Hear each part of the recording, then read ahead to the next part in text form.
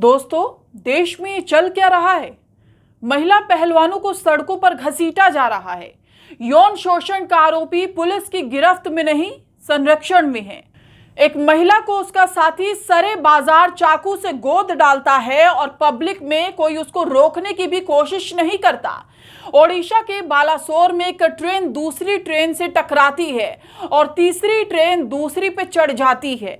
एक ही हादसा हजारों परिवार को सदा के लिए दुख, दर्द और अंधकार में धकेल देता है। उज्जैन के महाकाल में करोड़ों की लागत से बनी मूर्तियां एक छोटी सी आंधी में टूटकर बिखर जाती हैं। आखिर देश में चल क्या रहा है?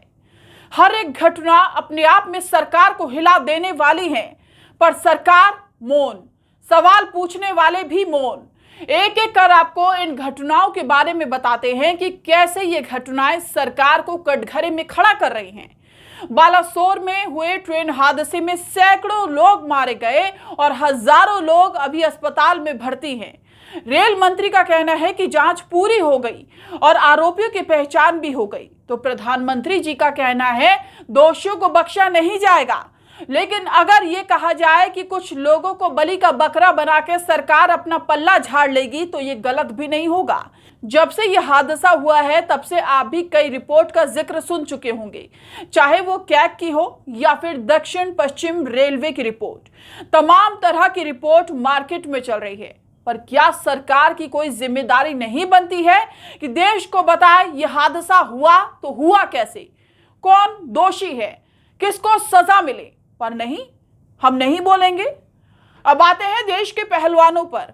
कई महीनों से सड़कों पर रातें काट रहे पहलवानों के बारे में सरकार का कोई नुमाइंदा सुध लेने तक की नहीं सोच रहा है। अंत में आंखें खुली तो पहलवानों को बातचीत के लिए बुला लिया गया, पर 28 मई को जो हुआ वो सही था क्या? एक तरफ नई संसद का उद्घाटन हो रहा था तो दूसरी तरफ सड़कों पर महिला पहलवानों को सड़क पर घसीटा जा रहा था। बात सिर्फ इतनी सी थी कि पहलवानों ने एक बीजेपी सांसद के खिलाफ यौन शोषण का आरोप लगाया था और उसकी गिरफ्तारी की मांग कर रहे थे। बीजेपी को अब ये बात समझ में आ रही है कि विवाद लंबा चलने से उसे नुकसान हो सकता है। इतना ही नहीं, जिस तरह से खाप पंचायतें पहलवानों के समर्थन में उतरी हैं, उससे बीजेपी को जाटों की नाराजगी का भी डर है। पहलवानों की ये आंधी उज्जैन तक जा पहुंची। मध्य प्रदेश के उज्जैन में 28 मई को ऐसी आंधी आई जिसने श्री महाकाल लोक कॉरिडोर में बनी सप्तऋषियों की 6 मूर्तियां गिरा दी। 3 मूर्तियां तो गिरकर टूट भी गईं। हालांकि इस नुकसान की ज्यादा बड़ी वजह आंधी नहीं, बल्कि इन मूर्तियों के खराब निर्माण को बताया गया।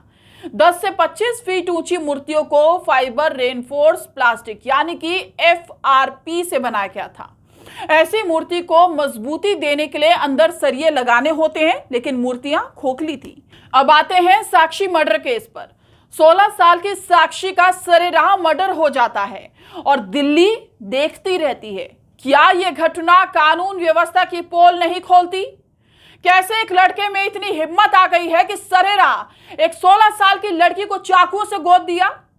जब मामले में जवाब न बना तो मामले को हिंदू मुस्लिम से जोड़ दिया गया, पर किसी ने उनसे सवाल नहीं पूछा जिनके हवाले यह दिल्ली पुलिस थी कि आखिरकार यह अपराध हुआ क्यों। पर पुलिस तो इस केस में लव जिहाद एंगल से भी जांच कर रही है। सोचिए, ये बीते कुछ दिन की घटनाएं हैं जो अपने आप में कितनी भयावह हैं, पर सरकार पर जवाब नहीं। हर मामले को इतनी सफाई से काट दिया जाता है कि मानो कुछ हुआ ही नहीं है। सोचिए, देश में चल क्या रहा है? Do you get the point? And if you get it, please comment and let us know.